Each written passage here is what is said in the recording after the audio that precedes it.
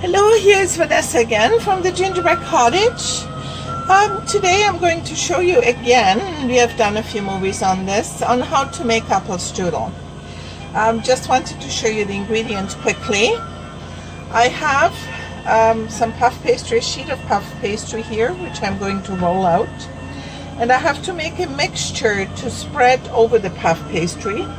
And here I have still very hot roasted hazelnuts, which I'm going to put through the food processor and grind quite fine.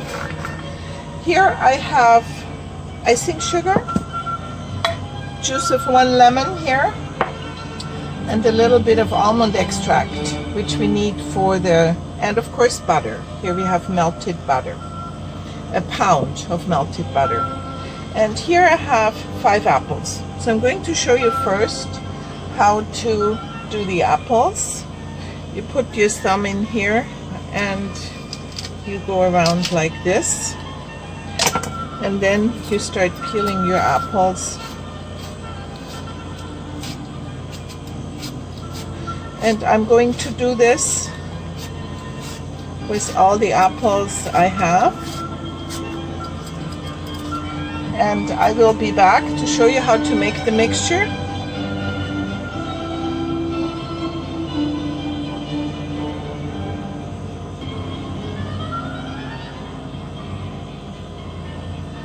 So we're going to continue here with the apple strudel, and here we have the butter, here the ground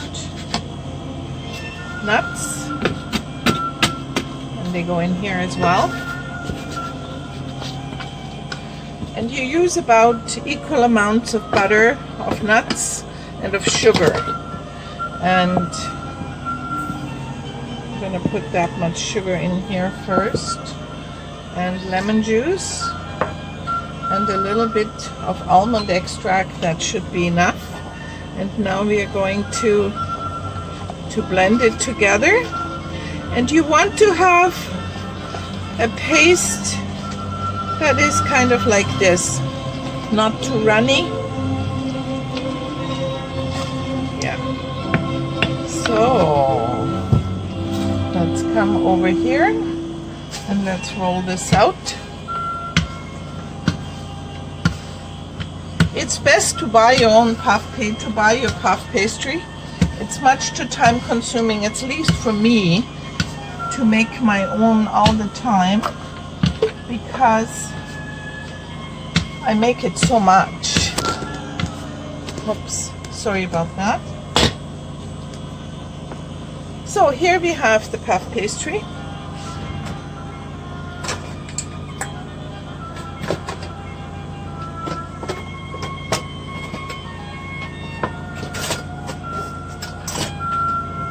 And here we use the mixture.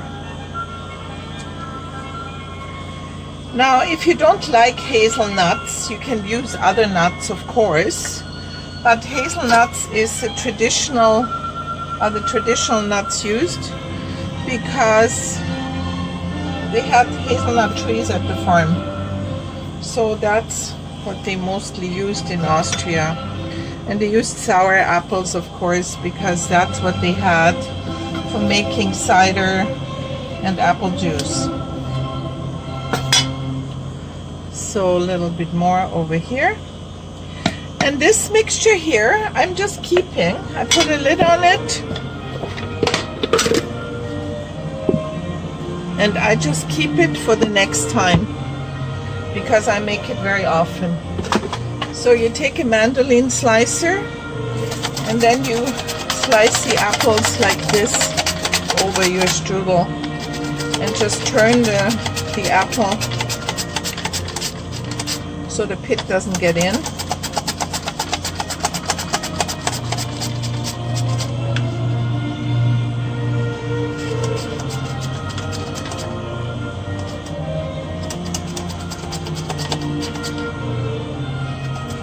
So I'm going to do all the apples, and then we'll be back. So here we have the apples.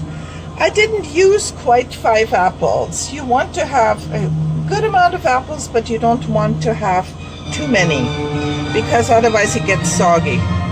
So now we'll take our rum-soaked raisins. It's good to soak them in rum because otherwise they're too dry. Plus it improves the taste as well. So here we are, and this is almost empty. So I'm going to fill this up again with raisins, as you can see here.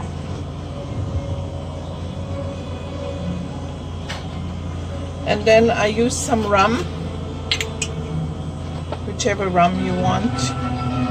And you fill this up, and then you close it, and you put it away for your next use. So here we are, and the other thing we need is cinnamon. Lots of cinnamon.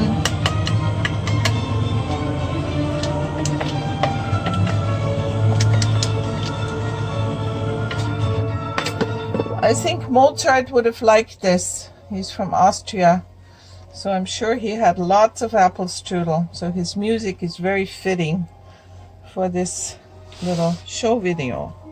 So the ends you tuck in, okay, on both sides. And I'll show you what we do here. I'm a little clumsy here because normally I would take it with both hands like this. And I have a convection oven, so my paper that I'm lining is being blown around, so I have to put a couple of stones in. And this here goes into my convection oven, about 425 for about half an hour. It's our apple strudel, very gorgeous, nicely baked. You have to bake it until it is nice and firm on the top. You don't want it soggy.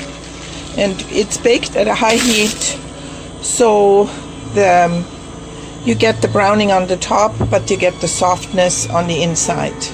Baked it maybe about 40 minutes. You have to check it. Every oven is different.